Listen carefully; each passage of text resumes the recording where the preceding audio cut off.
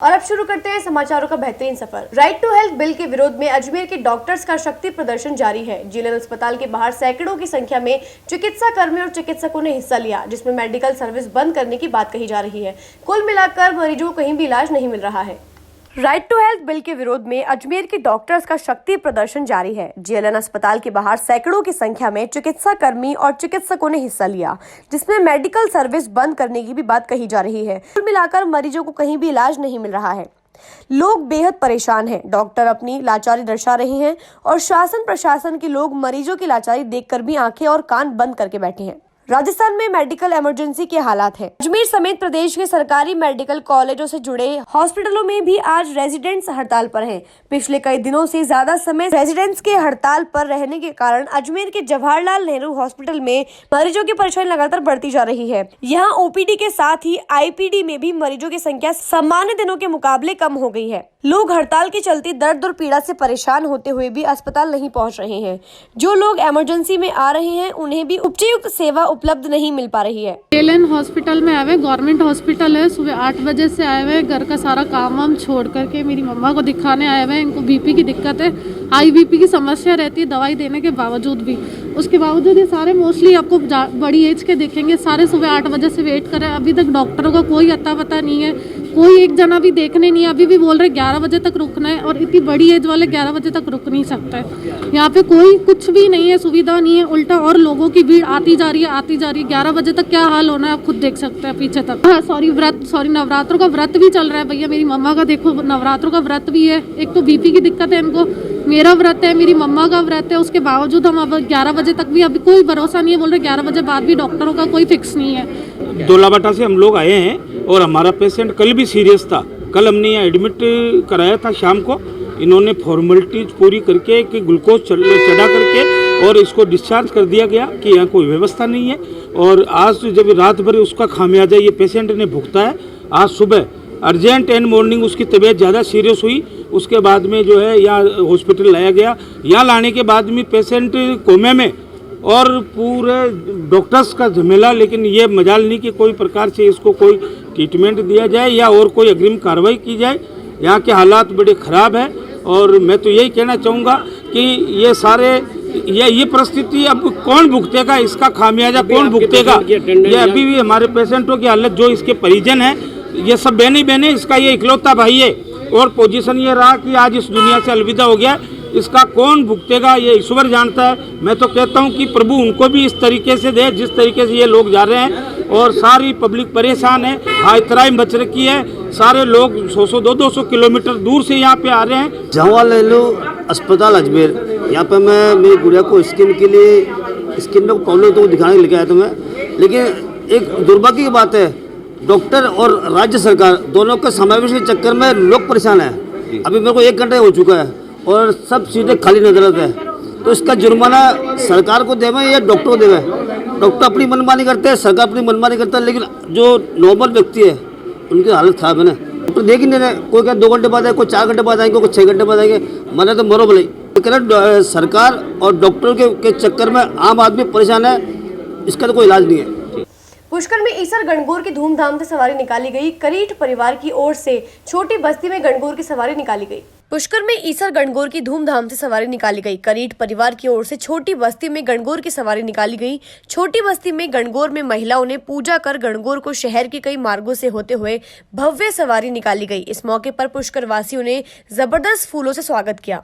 ये गणगौर की सवारी है, ये भगवान शिव और पार्वती का रूप है और हर साल गणगौर की सवारी निकलती है। ये हमारे परिवार की तरफ से निकलती है और पिछले 80 सालों से तो मुझे याद है कि निकल रही है। ये कहाँ से कहाँ तक निकालते हो आप? तो सवारी कहाँ से कहाँ तक निकाल दो? ये हमारे घर से लेकर के और अटपट नीलकंठ महादेव, कुमाऊत मंदिर, सूर्य धर्मशाला होते हुए बड़ा घाट से नगर पालिका से मुर्गर केसी होते हुए भैंसरी भवन होते हुए वापस बड़ा घाट से होते हुए वापस घर पर जाती है। हमें बहुत उत्साह रहता है इसका।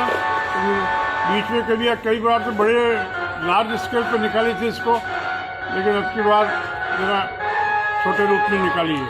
महर्षि दयानंद सरस्वती विश्वविद्यालय अजमेर में सम्राट पृथ्वीराज चौहान राजकीय महाविद्यालय अजमेर और सावित्री कॉलेज सहित अन्य कॉलेज को संगठन कॉलेज बनाए जाए, इस मांग को लेकर एमडीएस छात्र संघ अध्यक्ष महिपाल गोदारा ने मुख्यमंत्री के नाम कुलपति को ज्ञापन सौंपा है। महर्षि दयानंद सरस्वती विश्वविद्यालय अजमेर में सम्राट पृथ्वीराज चौहान राजकीय महाविद्यालय अजमेर और सावित्री कॉलेज सहित अन्य कॉलेज को संगठक कॉलेज बनाया जाए, इस मांग को लेकर एमडीएस छात्र संघ अध्यक्ष महिपाल गोदारा ने मुख्यमंत्री के नाम कुलपति को ज्ञापन सौंपा है।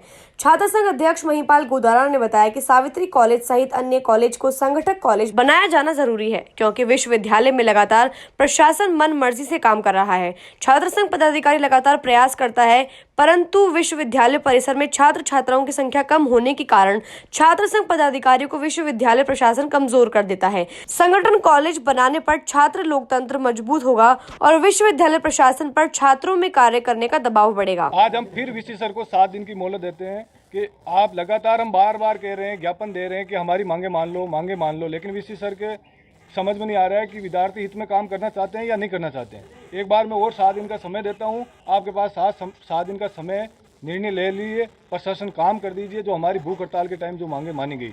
अगर ये नहीं होता है तो 7 दिन बाद हम भूख हड़ताल पे बैठेंगे, राज्यपाल के पास जाएंगे। ये हमारा निश्चित आज लास्ट फाइनल फैसला है। इसलिए हम 7 दिन आज एक बार और विश्वविद्यालय की शान के लिए, इसके सम्मान के लिए और हम भूख हड़ताल से पीछे हट रहे हैं। लेकिन 7 दिन बाद अगर हमारा काम पे कोई फोकस नहीं दिया गया, ध्यान नहीं दिया गया, तो हम भूख हड़ताल करेंगे। छात्र संघ अध्यक्ष क्या मांग है रही आपकी? हमारी सर्वप्रथम मांग है, जब हम भूख हड़ताल की तो हमारी सबसे बड़ी मांग थी कि विश्वविद्यालय में 10 साल से जो लैब सामग्री वो नहीं आई। तो यहाँ पे कम से कम 7 से 8 डिपार्टमेंट ऐसे रेगुलर स्टूडेंट पढ़ते हैं जिनके पास लैब सामग्री नहीं है, फर्नीचर नहीं है, प्रोजेक्टर नहीं है। और गर्ल्स हॉस्टल की ऐसी हालत है कि वहाँ पे लड़कियों के करंट आ रहा है कहीं बाथरूमों में, तो वो समस्या, उसकी रिपेयरिंग के लिए पैसे भी निकले। वही हॉस्टल 4 साल से बंद पड़ा हुआ है, 4 दीवारी का निर्माण कार्य नहीं हो रहा है।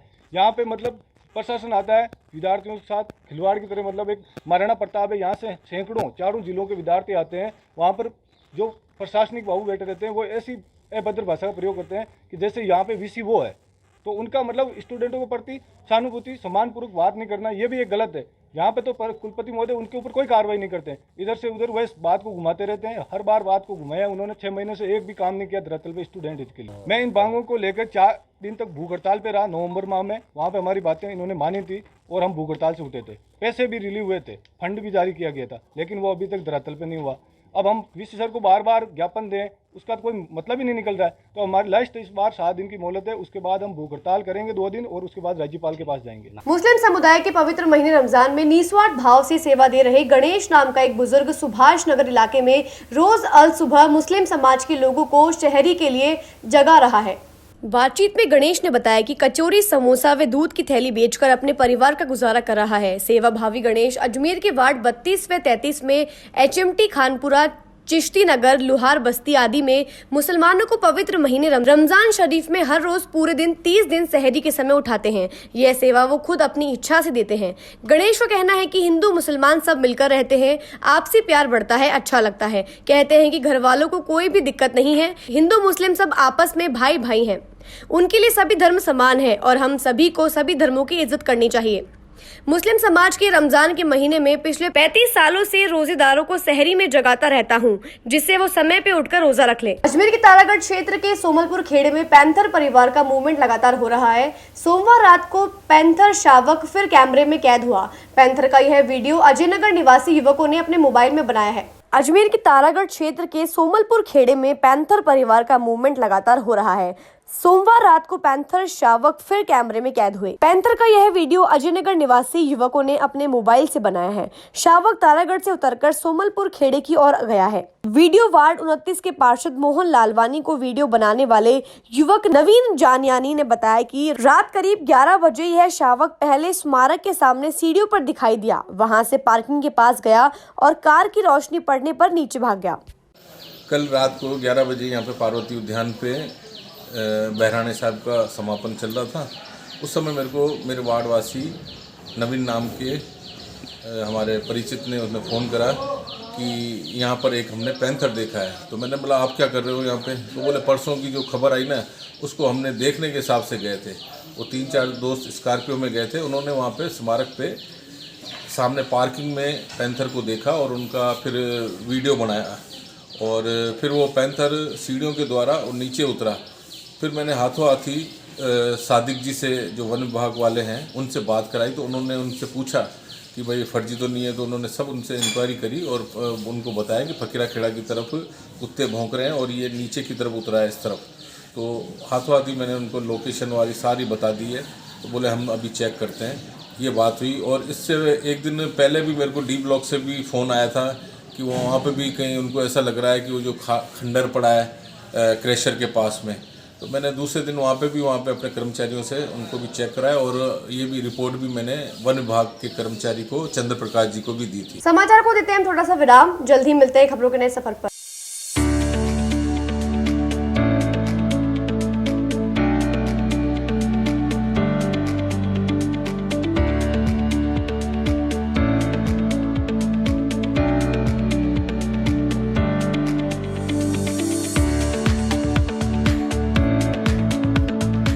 ये सर्किट मामू नहीं बनने का, रेडीनेट फाइबर लगाने का। इंटरनेट बोले तो रेडीनेट फाइबर नेट। डिटेल्स के लिए 7412001234 पे कॉल लगाने का। सही है भाई। इंटरनेट बोले तो रेडीनेट fibre.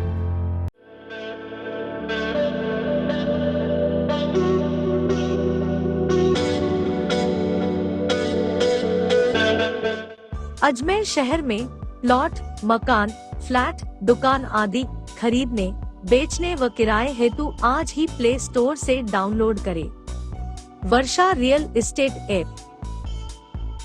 Varsha real estate, a unit of Varsha group, lets you live better.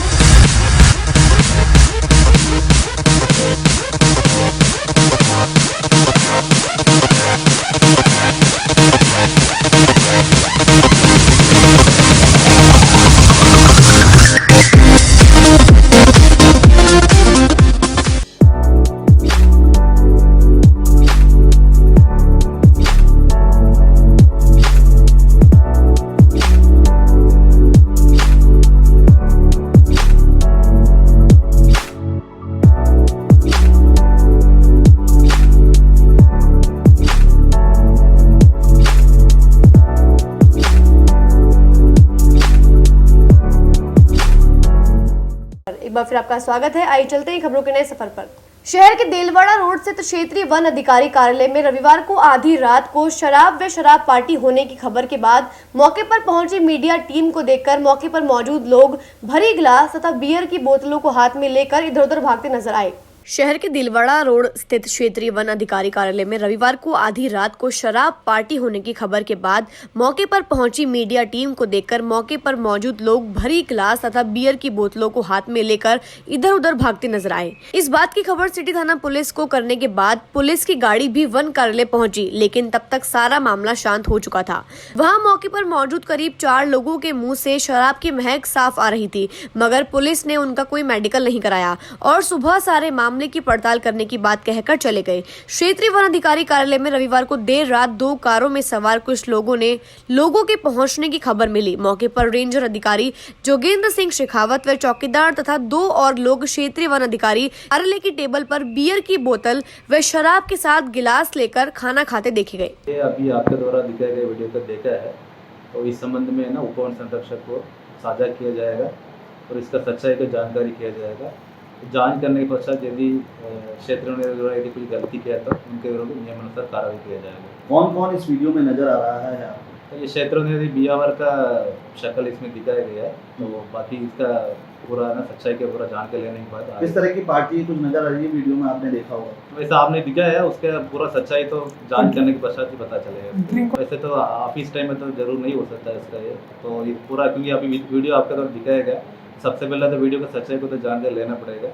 तो इस संबंध में DFO को मैंने निर्देशित दिया गया है, तो वैसे रिपोर्ट आते उसके अनुसार अनुशासनिक कार्रवाई यदि सच्चाई है तो अनुशासनिक कार्रवाई किया जाएगा। सोनी जी के नसिया में अब तीर्थ यात्री और पर्यटक 130 साल पुराने स्वर्ण मंडित हस्तिनापुर के दर्शन करना शुरू कर दिया है। सोनी जी की नसिया में अब तीर्थ यात्री और पर्यटक 130 साल पुराने स्वर्ण मंडित हस्तिनापुर के दर्शन करना शुरू कर दिया है। सोमवार को इसका लोकार्पण आचार्य वसुनंदी महाराज के सानिध्य में आरटीडीसी चेयरमैन धर्मेंद्र राठौड़ ने किया। इस मौके पर जैन समाज के खासी तादाद में लोग मौजूद रहे। राठौड़ और प्रमोद सोनी ने फीता काटकर लोकार्पण किया। इसका निर्माण सेठ मूलचंद सोनी ने करवाया था। सोनी ने राठौड़ से एलिवेटेड रोड के कारण हो रही परेशानियों से अवगत कराया और नसिया के आसपास आवागमन को सुगम बनाने के लिए आग्रह किया। इस मौके पर आयोजित धर्म सभा में कहा कि हिंसा न करना जैन धर्म का मूल सिद्धांत है। सोनी जी की नसिया में भगवान आदिनाथ जी के मंदिर में आज जो उद्घाटन हुआ है वो हस्तिनापुर का दरबार है। आज स्वर्ण कमल है, कैलाश पर्वत है और ये ऐरावत हाथी है। ये जो रथ है स्वर्ण रथ, इन सबको देख के मैं बहुत अभिभूत हूँ। मैंने मेरे जीवन में ऐसा सुंदर जो 150 साल पहले जो सोनी जी ने बनाया, कैसा उन्होंने ये क्या कह सकता हूँ, क्या कमाल किया उन्होंने, क्या भगवान आदिनाथ का आशीर्वाद था उन पर, क्योंकि बिना भगवान आदिनाथ के आशीर्वाद के ये सब संभव नहीं हो सकता था।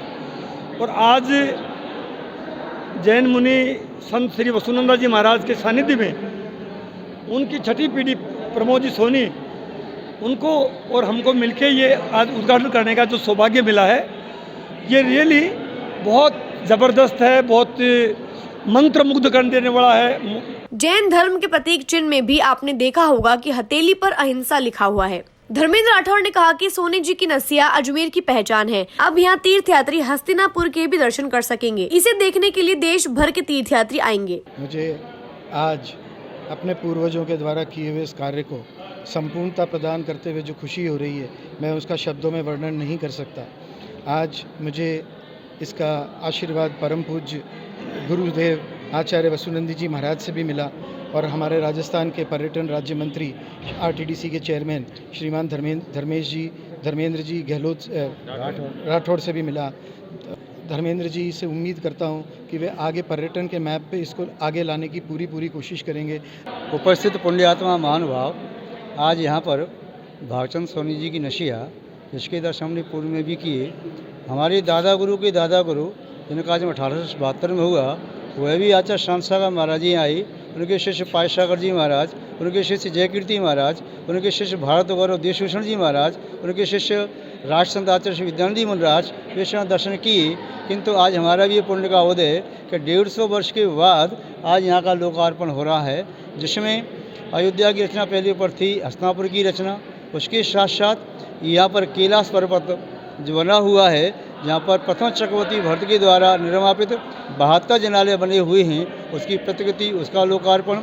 इसके साथ साथ भगवान शिवदेव का विहार आकाश मार्ग से होता था। 225 कमलों की रचना 100 देवंत करते थे, उसका यहाँ लोकार्पण हो रहा है। ऐरावत हाथी है, स्वर्णिम यहाँ पर रथ है और ये सब निस्संदेह अभी तक ये पैक थे, किंतु आज की पीढ़ी का ये बहुत बड़ा पुण्य का उदय, माननीय प्रमोद जी सोनी का पुण्य का उदय कि आज वे इसका लोकार्पण करके जन जन के लिए पुण्य का हेतु उन्होंने उपस्थित किया है। हम उनके पूरे परिवार को बहुत बहुत आशीर्वाद देते हैं। इस अवसर पर राजस्थान विधानसभा के माननीय मंत्री अपने धर्मेंद्र सिंह जी राठौर जी उपस्थित हैं और उन्होंने ऐसे पुण्य कार्य को अपने हाथों से यह लोकार्पण किया। क्लॉक टावर थाना पुलिस ने रात 8 बजे बाद अवैध रूप से शराब बेचते एक शराब तस्कर को गिरफ्तार किया है। उसके कब्जे से 48 बोतल बरामद की है। क्लॉक टावर थाना पुलिस ने रात 8 बजे बाद अवैध रूप से शराब बेचते एक शराब तस्कर को गिरफ्तार किया है। उसके कब्जे से 48 बोतल भी बरामद की है। क्लॉक टावर थाना पुलिस के अनुसार सिलावट मोहल्ला निवासी फिरोज, जो कि पड़ाव इलाके में 8 बजे बाद एमआरपी रेट से ज्यादा रेट में नशेड़ियों को शराब की बोतलें बेच रहा था। पुलिस ने महज़ाब्ता मौके पर पहुंचकर दबिश दी और फिरोज सहित उसके कब्जे से शराब की बोतलें जब्त की हैं। क्लॉक टावर थाना पुलिस ने फिरोज के खिलाफ आबकारी एक्ट में मुकदमा दर्ज कर जांच शुरू कर दी है। मुखबिर की सूचना मिली थी कल कि पड़ाव के अंदर कोई लड़का है जो शराब बेच रहा है। इस पर एएसआई श्री बहादुर सिंह जी और जाब्ते ने कल उसको धरपकड़ की है। उस पर उसके पास से 46 पौवे देसी शराब के बेचता पाया गया, जिस पर उसके खिलाफ कार्रवाई की, जिसका नाम है फिरोज, जो फिरोज नाम है और रहने वाला ये हाल में अभी दरगाह बाज़ार के पास में रहमतुल्लाह के मकान में सिलावट मोहल्ला में रहता है। उसके खिलाफ कार्रवाई की गई है, तो आज उसके खिलाफ अनुसंधान जारी है। ये 8 बजे बाद में बता रहा है कि मैं 8 बजे बाद में फिर इस शराब को जब ठेके बंद हो जाते हैं तो फिर हम बेचता हूँ। ये इसलिए बेचने के लिए जा रहा था, इसके पास कोई कागज वागज नहीं, तो इसलिए इसको गिरफ्तार किया गया। अनुसंधान जारी है। 16/54 एक्साइज एक्ट में इसको गिरफ्तार किया गया।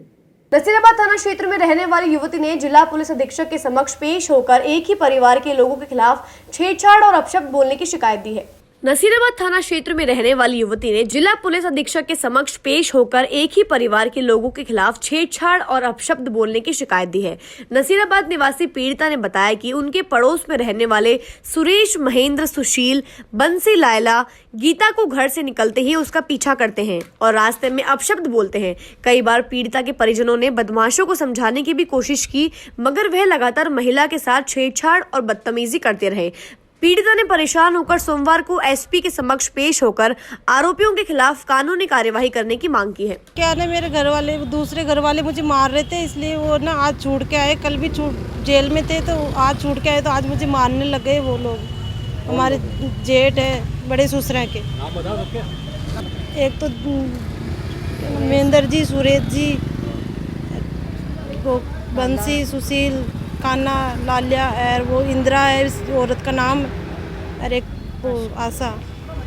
वो औरतों ने तो मुझे हमला करी, वो औरतों ने तो मारी। वो अनशन गाली काट रहे थे, मेरे ऊपर आ रहे थे, बोल रहे थे कि इसको मारो, ये ऐसी करती है वैसे करती है। इसलिए तो अकेली टीम में तो कोई भी नहीं था घर पे, और मेरा बाबू मेरी गोद में था, तो इसको ऐसे पटक दिया तो मैं जेल ही इसको भाग के, नहीं तो वो मर जाता। वो तो आज कल हाँ कर रही थी, लेकिन वो थाने में तो वहाँ पे तो कुछ भी नहीं है, इसलिए मैं तो आ गई थी फिर वापस। समाचार को देते हैं थोड़ा सा विराम, जल्द ही मिलते हैं खबरों के नए सफर पर।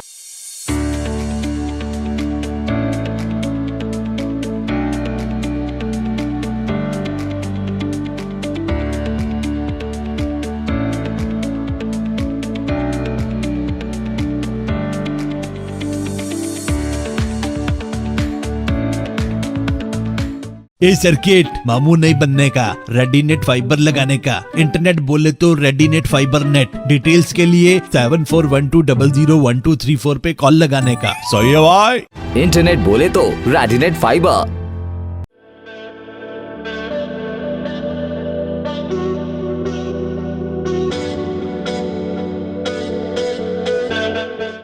अजमेर शहर में प्लॉट, मकान, फ्लैट, दुकान आदि खरीदने, बेचने व किराए हेतु आज ही प्ले स्टोर से डाउनलोड करें Varsha real estate app. Varsha real estate, a unit of Varsha group, lets you live better.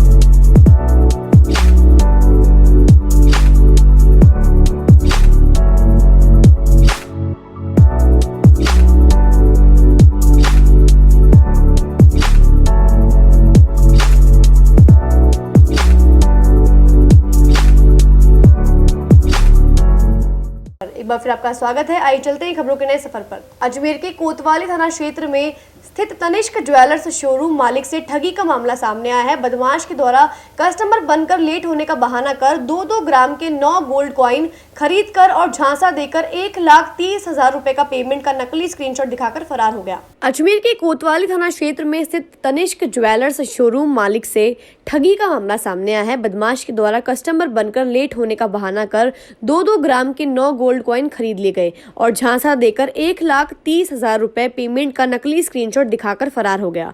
पूरी घटना वहां लगे सीसीटीवी कैमरे में कैद हो गई। इसकी जानकारी मिलने के बाद शोरूम में हड़कंप मच गया। मामले में शोरूम मालिक के द्वारा कोतवाली थाने में शिकायत दी गई है। पुलिस ने मुकदमा दर्ज कर जांच शुरू कर दी है। दरअसल 25 मार्च शनिवार शाम 7:30 बजे के करीब एक बदमाश युवक कस्टमर बनकर कचहरी रोड से तनिष्क ज्वेलर्स शोरूम में पहुंचा। शोरूम में एंटर होने के बाद जल्दबाजी का बहाना करते हुए शोरूम कर्मचारियों को गोल्ड कॉइन दिखाने के लिए कहा। कर्मचारियों के द्वारा गोल्ड कॉइन दिखाने के बाद उसने 2-2 ग्राम के गोल्ड कॉइन पसंद किए और 9 सिक्के खरीद लिए।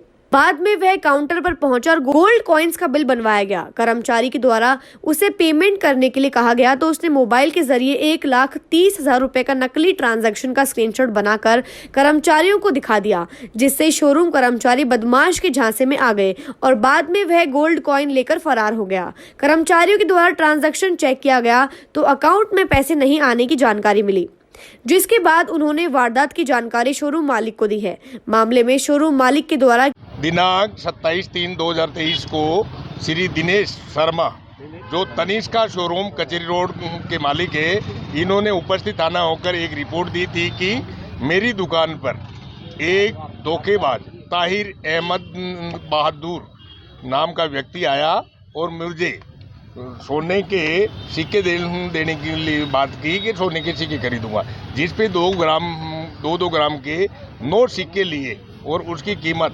1,30,000 रुपये बनने पर उसने अपने मोबाइल से पेमेंट करने का पेमेंट इनके दिनेश कुमार के अकाउंट में करने का स्क्रीनशॉट दिखा के और सोना लेके चला गया। जब उनका बैलेंस देखा तो कोई पैसा नहीं आया। उसके बाद ये दिनांक 25/3/2023 की घटना है।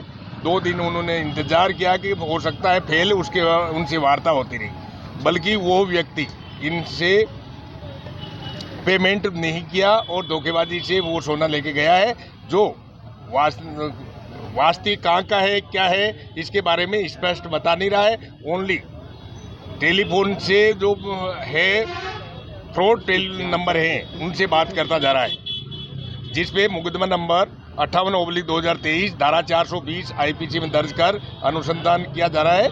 जैसा भी होगा आगे पता लगाया जाएगा। भगवान महावीर विकलांग सहायता समिति और सीनियर सिटीजन सोसाइटी की ओर से धोलाभाटा स्थित मन्नान हवेली में उपकरण छड़ी वितरण का कार्यक्रम किया गया।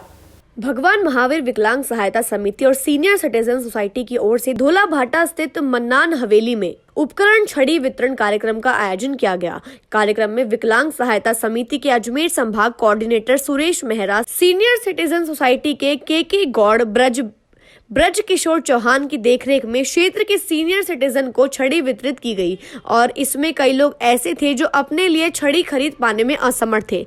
शिविर में छड़ी देने के लिए सीनियर सिटीजन उमर अपने संस्था की ओर से 50 छड़ी वितरित की गई। शिविर के दौरान लकवे से पीड़ित महिला को व्हील चेयर भी भेंट की गई। संभाग कोऑर्डिनेटर सुरेश मेहरा ने बताया कि आगामी दिनों में विशाल कैंप का आयोजन किया जाएगा, जिसमें अजमेर जिले के दिव्यांगों को उपकरण वितरित किए जाएंगे। सबसे बड़ा इसका उद्देश्य है भगवान महावीर विकलांग सैटल में जयपुर के सौजन्य से अजमेर सीनियर सिटीजन धोलाभाटा मन्ना हवेली के अंदर ये 50 ऐसे सीनियर सिटीजन को बहुत पहले से चयन कर चुके थे, उनको निःशुल्क मतलब बुजुर्ग छड़ी दी जा रही है। इसके अलावा एक लकवा केस था, उसको व्हीलचेयर दी गई, उसका काफ़ी समय से इलाज भी चल रहा है। इस सब के अलावा जितने भी उपकरण हैं, जैसे ट्राईसाइकिल्स हैं, व्हीलचेयर्स हैं, कैलिपर्स हैं, कृत्रिम हाथ हैं, कृत्रिम पैर हैं, ब्लाइंड स्टिक है, बैसाखी है, स्पेशल एक BTE स्पेशल कान की मशीन आती है, जो आगामी दिनों में हमारे पास लगभग 1800 दिव्यांगों का चयन हो चुका है। जिला प्रशासन समाज कल्याण विभाग ज्वाइंट हम ये पूरा सर्वे कर रहे हैं। हमारी आपके चैनल से एक अपील है कि किसी घर में कोई भी दिव्यांग बिना उपकर के वंचित नहीं रहे। ये सभी सरपंचों से, सभी पार्षदगणों से मेरी प्रार्थना है कि इसकी सूचना जिला परिषद करण सिंह जी को देवें, जिला प्रमुख के कार्यालय में देवें। सिटीजन सोसाइटी पिछले 27 सालों से अजमेर में कार्यरत है। इसकी 23 शाखाएँ हैं जिन्होंने पूरे अजमेर को कवर किया हुआ है और हमारे द्वारा सीनियर सिटीजन के द्वारा लगभग 6 आयुर्वेदिक कैंप प्रतिमाह किए जाते हैं। एक कैंप में लगभग 150 मरीज आते हैं और प्रत्येक मरीज को हम लोग 500 से 600 रुपये की दवाएं मासिक निःशुल्क देते हैं। ये एक हमारा बहुत बड़ा प्रोजेक्ट है जिसको हम पिछले 3 वर्षों से रेगुलरली निभा रहे हैं। इसके अलावा ये जो महावीर विकलांग सहायता समिति के सौजन्य से हम लोगों ने हियरिंग एड मशीन भी बांटी हैं बहुत सारी, लगभग 350 के आसपास पूरे अजमेर में हम लोग वितरण इनके माध्यम से, महावीर के माध्यम से कर चुके हैं। आज ये सीनियर सिटीजन को छड़ी जो है उसका निःशुल्क वितरण किया जा रहा है। श्री भगवान महावीर विकलांग सहायता समिति और सीनियर सिटीजन अजमेर के 18 नंबर संभाग के संयुक्त तत्वाधान में आज यहाँ धोलाबाटा के अंदर मन्ना हवेली में एक निःशुल्क छड़ी वितरण समारोह मैं इसलिए कह रहा हूँ कि ये उन लोगों के लिए समारोह ही है जिनको इसकी ज़रूरत थी, जो कि उनको नहीं मिल पाता है। ये मैं कहूँगा कि महावीर विकलांग समिति और सीनियर सिटीजन का एक ऐसा आपस के अंदर तालमेल रहा है कि जो लोग बरसों से इस छड़ी के लिए तरस रहे थे उनको ये छड़ी आज निःशुल्क दी गई है।